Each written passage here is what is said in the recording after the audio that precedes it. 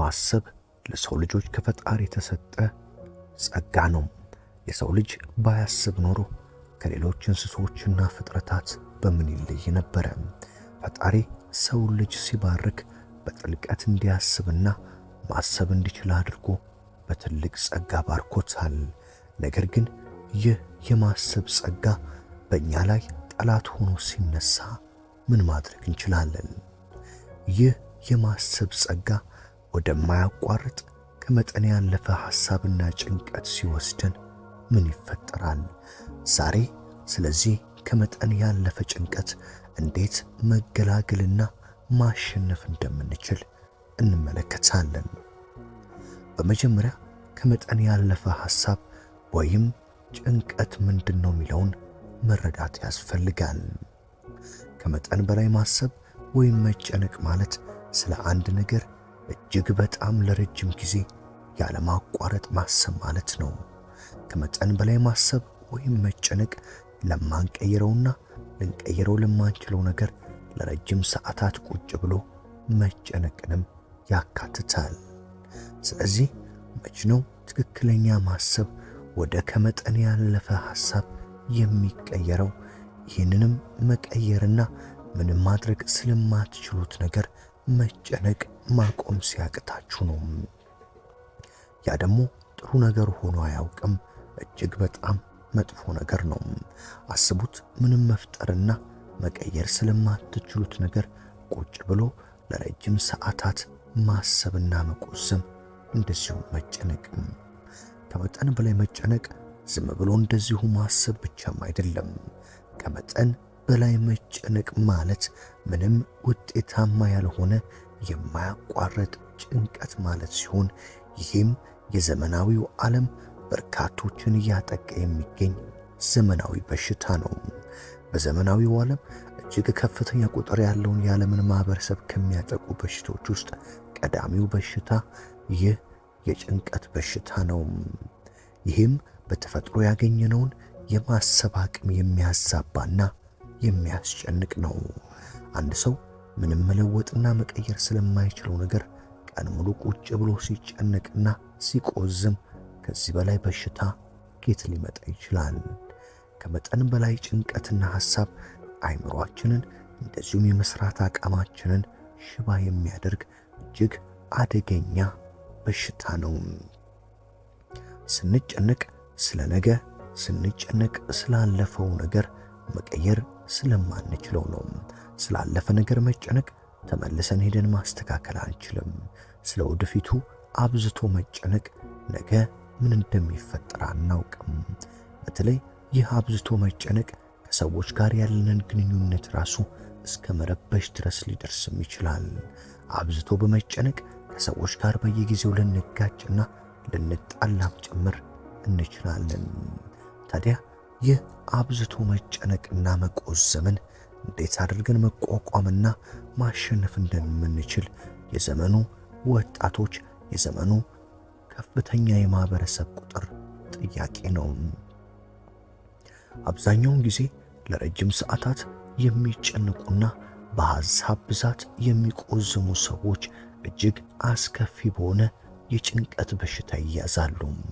ይህም አእምሮአቸው በስነ ስርዓት ስራውን እንዳይሰራ በተደጋጋሚ ጫና ሲያደርግባቸው፣ ይህም ከመደበኛ ስራቸውም ጭምር ሊያስተጓጉላቸው ይችላል። ሌላኛው አብዝቶ መጨነቅ ውሳኔያችንን ትክክለኛ እንዳይሆንና መወሰን በሚገባን ነገር ላይ እንዳንወስንም ያደርገናል። በተለይም ከአሁን ምን ይፈጠራል፣ ነገ ምን ይሆናል በሚል ፍርሃት ውሳኔያችንን በቶሎና በፍጥነት እንዳንወስንም ያደርገናል። ታዲያ ይህ በርካታ ዕድሎችን ሲያስመልጠን፣ ሌላኛው የጭንቀት መጥፎ ገጽታው ደግሞ ደስታችንን መንጠቁ ነው። ጭንቀት በባህሪው ሰዎች እንዳይደሰቱና አሁን ላይ እየተካሄደ ካለው ደስታን የሚሰጥ ነገር በጭንቀት ውስጥ ሆነው ደስታውን እንዲያጡ ማድረጉ እጅግ አስከፊው ነገር ነው።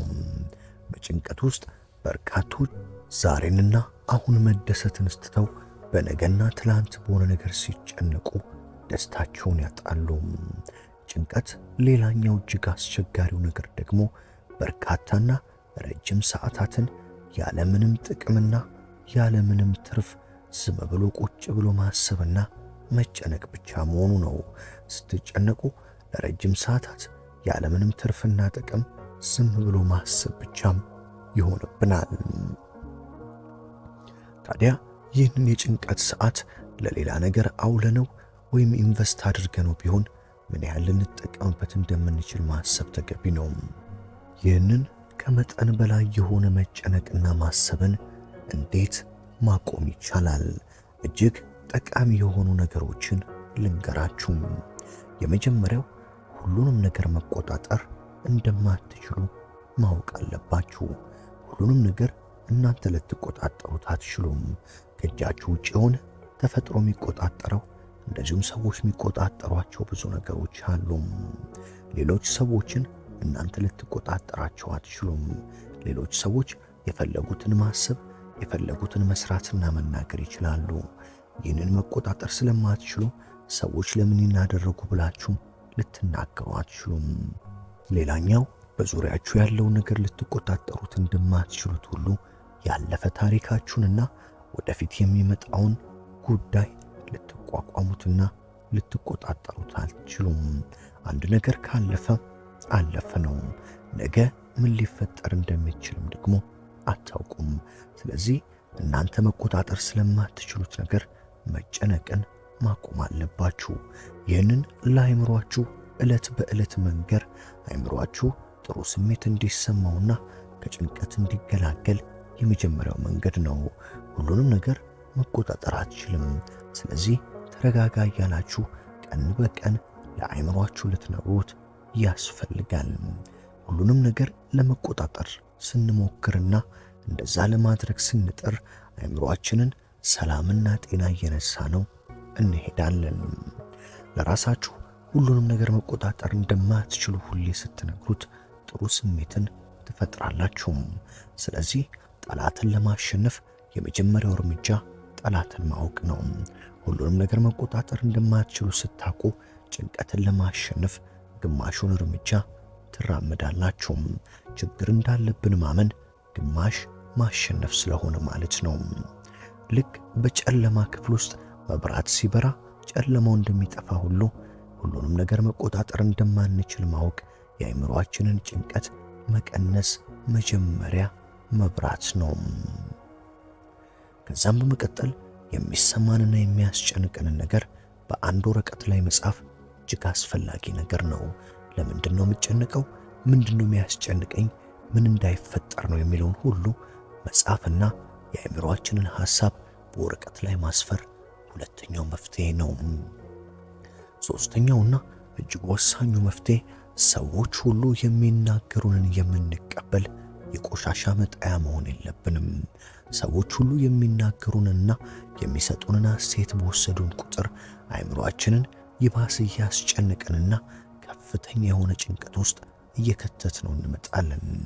ሰው ስለ እናንተ የሚያስበውን ነገር ግድ ልትሰጡት አይገባም። በተለይም ሕይወታችሁ ላይ ለውጥ የማያመጣ ነገር ከሆነም ሰዎች ብዙ ነገር ይናገራሉ። ታዲያ እያንዳንዷን ነገር ወደ አእምሮአችን አስገብተን የምንጨነቅ ከሆነ የምንታመመው እኛ ነን። ሰዎች ተናግረውን የማይጠቅመንና የማንማርበት ነገር ከሆነ ያንን መተውና መርሳት ያስፈልጋል። አንዳንድ ጊዜ ጭንቀት እንቅልፍ እስከ መንሳት ይደርሳል። ሰዎች ነገ ምን ሆናለሁ፣ ትላንት ለምን እናደርጉ እያሉ መቀየር በማይችሉት ነገር ሲጨነቁ ሌሊቱን ሙሉ እንቅልፍ ሲያጡም ያድራሉ። ታዲያ ይህንን እንዴት ማቆም ይቻላል? ስለ ሰዎች ሐሳብና አስተያየት መጨነቅ በማቆም ስለ ሰዎች ሐሳብና አስተያየት ስትጨነቁና ስትሰሙ በሕይወታችሁ ላይ ምን ይጨምራል፣ ምን ይቀንሳል የሚለውን በማገናዘብ ሊሆን ይገባል። አስቡ። ምንም የሚጨምረውና የሚቀንሰው ነገር ከሌለ ያንን ለመርሳት ሞክሩ። በምድር ላይ ስንኖር ያለን አንድ ሕይወት ብቻ ነው። ታዲያ በዚህ አንድ ሕይወት ለምን የማይጠቅሙና የማይረዱንን ነገሮች በማሰብ እንጨነቃለን? አንድ ምሳሌ ልንገራችሁ። በመስሪያ ቤታችሁ የአንድ ፕሮጀክት መሪ ተደርጋችሁ ተመረጣችሁ። ታዲያ ይህንን ፕሮጀክት ለመምራት እያሰባችሁ አእምሯችሁ ለዚህ ነገር ብቁ አይደላችሁም፣ አትችሉትም በማለት በተደጋጋሚ መልእክት ይልከላችኋል። ይህንን ተቀብላችሁ የምትጨነቁ ከሆነ ስራውን ታበላሹታላችሁ። ነገር ግን ከዚህ ይልቅ ለዚህ ፕሮጀክት መሪነት የተመረጥኩት ጥሩ እየሰራው ስለሆነ ነው፣ እኔ ጠንካራ ነኝ፣ ይህንን ማሳካት እችላለሁ ብላችሁ ስታስቡ ውጤታማ መሆን ትችላላችሁ። ስለዚህ ጠንካራ መሆናችሁን ለራሳችሁ ዕለት በዕለት ልትነግሩት ይገባል። የመጨረሻውና እጅግ ወሳኙ ነገር ለማሰብና ለድርጊት ድንበር ልታበጁለት ይገባል። ከዚህ እስከዚህ አስባለሁ፣ ከዛ ቀጥታ ወደ ተግባር እገባለሁ የሚል ድንበርን ለአእምሮአችሁና ለሕይወታችሁ ካዘጋጃችሁ ነገሮችን ቀላል ማድረግ ትችላላችሁ። ያሰባችሁትን አድርጉት።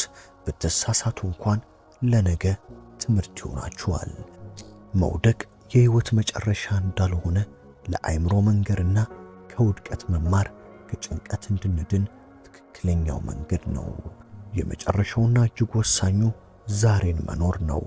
ስለ ትላንት ወይም ስለ ነገ ከመጨነቅ ይልቅ ዛሬን መኖር።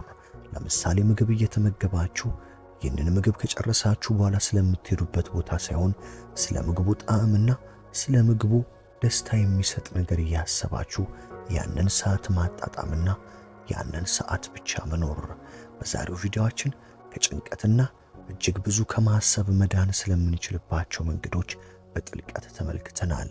በዚህ ቪዲዮ ብዙ ነገር እንደተማራችሁ እርግጠኞች በመሆን በሌሎች እጅግ ወሳኝ ምስሎች እስከምንገናኝ ለቻናላችን አዲስ ሆናችሁ የደውል ምልክቷን በመጫን ቤተሰብ እንድትሆኑ በአክብሮት እንጋብዛለን።